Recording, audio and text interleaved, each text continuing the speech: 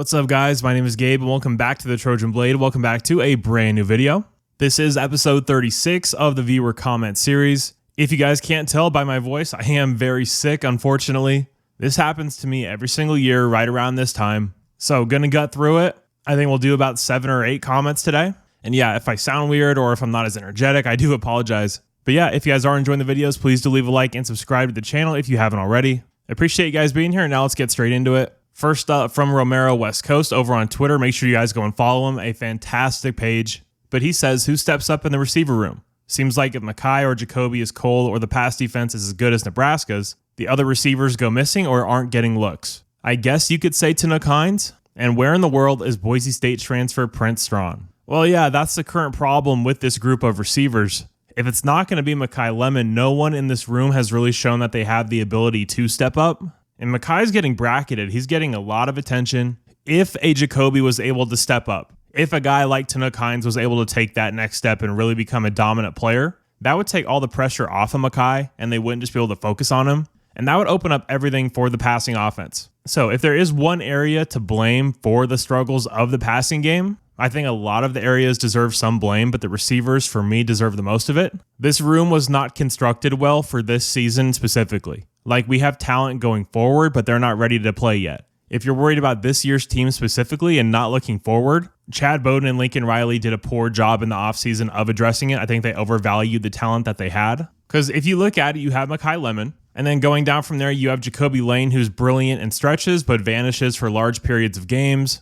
We brought in Zacharias Williams from Utah. He got a lot of hype in the offseason despite not doing much at Utah. Jay Fair hasn't done anything. Jaden Richardson is a blocking receiver who can make a few big plays here and there. Prince Strawn's done nothing. They don't trust DJ Jordan. The freshman Mo Eisen and Corey Sims, they're not ready to play yet. And then Tanook Hines is getting better each and every week, but he's still not at that level yet.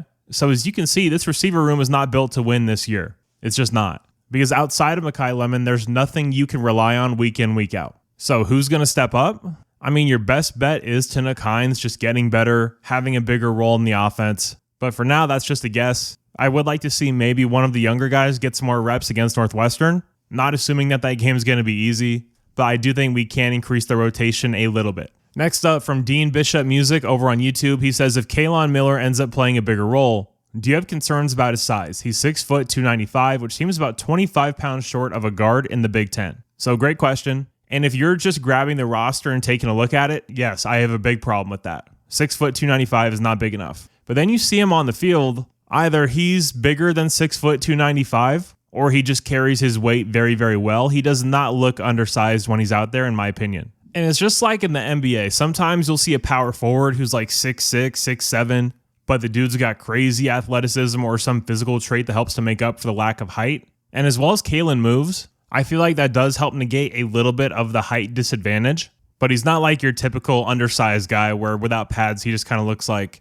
maybe he's a defensive player. Like, he's a thick dude. So yeah, if we see more reps of him against Northwestern, against Iowa, he will continue to be tested against some bigger fronts. But against Nebraska on the road, I know they're a really shitty run defense, but still, I thought he showed out in that game and made a very strong first impression for sure. Next up, from Caden King over on Twitter, he says, should B-Jack continue to be our short downs back? Felt like King Miller was doing a great job finding the gaps. You're absolutely right, Caden. And there's a very interesting misconception about Brian Jackson, that he's this physical downhill bruiser, just because he's a bigger back, and he's really not that. He doesn't break a lot of tackles. Like Quentin Joyner last year had this tendency just to truck people. Brian Jackson doesn't really do that. He's not that physical a back. He's just a big dude. So I agree with you. I think that King is the overall best running back we have right now. And even when Wayman Jordan comes back, I think it should be a 1A, 1B. But yeah, I would rather see King Miller in short yardage situations as of right now. Next up, from Trevor over on YouTube, he says, have you noticed Jaden's sideline energy has completely changed, coinciding with his recent case of the yips? Does the safety of the collie help him get on track, or does Lincoln need to get the kid some help from a sports psychologist to shake it off? Yeah, I have noticed his sideline energy has completely changed. You can tell he's feeling the weight of the moment in these road games, especially when he has these rough stretches.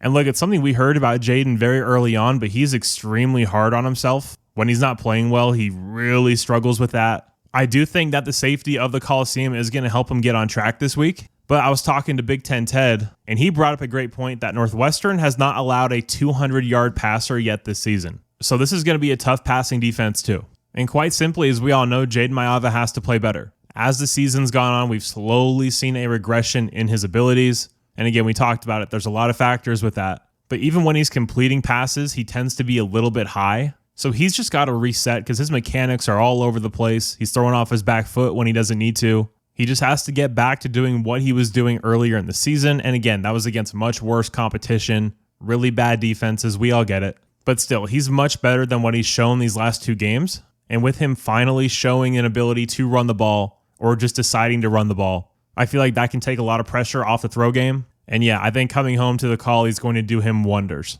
Next up, from Cooking with CJ, make sure you guys go and check out his channel. Super cool guy. But he says, with the way the season has played out, are we still as high on Lynn as our defensive coordinator? It feels like our defense has looked like world beaters, but then regresses to getting pushed around and burnt. Thanks, Gabe. Love the channel. Appreciate you, CJ. As high on Lynn as our defensive coordinator? You would have to be insane to be as high on him as we were in the offseason. This defense is more talented than last year's, but it's worse than last year's. So do I want Lynn to be our defensive coordinator for next year? As of right now, 100%. Do I think he's a top 5 coordinator in the sport? Not currently, but we'll see how we close out the year. This is only, his second year being a defensive coordinator, or third year total, I should say. So still very young, still a lot of room to grow.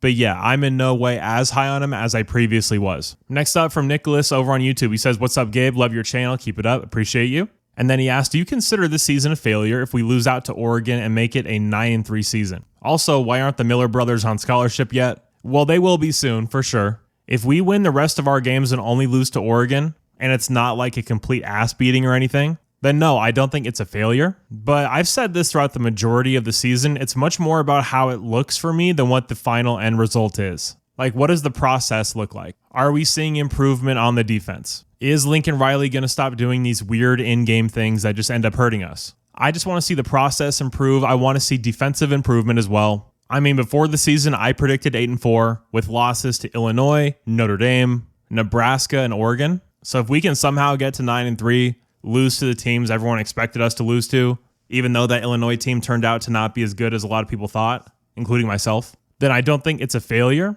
And 9-3 will for sure be enough to be optimistic heading into the offseason. And lastly, from Sebi the GOAT, he says, if 2022's team played this year's team, who do you think would win? Now, this is a fascinating question. I think this year's team would be able to run the ball at will on the 2022 defense. Now, this is assuming that both teams are fully healthy. So we'd have Wayman Jordan, Eli Sanders, and King Miller. Imagining us running on that 2022 defense is pretty funny. But I also think Caleb Williams and Jordan Addison and those weapons would run circles around this year's defense. So I think the 2022 team would win. I think Mekhi Blackman could make some plays defensively. Eric Gentry, Tuli Tuipulotu, Kalen Bullock. There was more high-end talent on that team for sure. That offensive line would completely stifle this year's defensive line. So yeah, I think the 2022 team would win, probably scoring around 49, 56 points. But guys, I feel like absolute death, so I am going to get out of here. If you guys did happen to enjoy this video, please do leave a like and subscribe to the channel if you haven't already.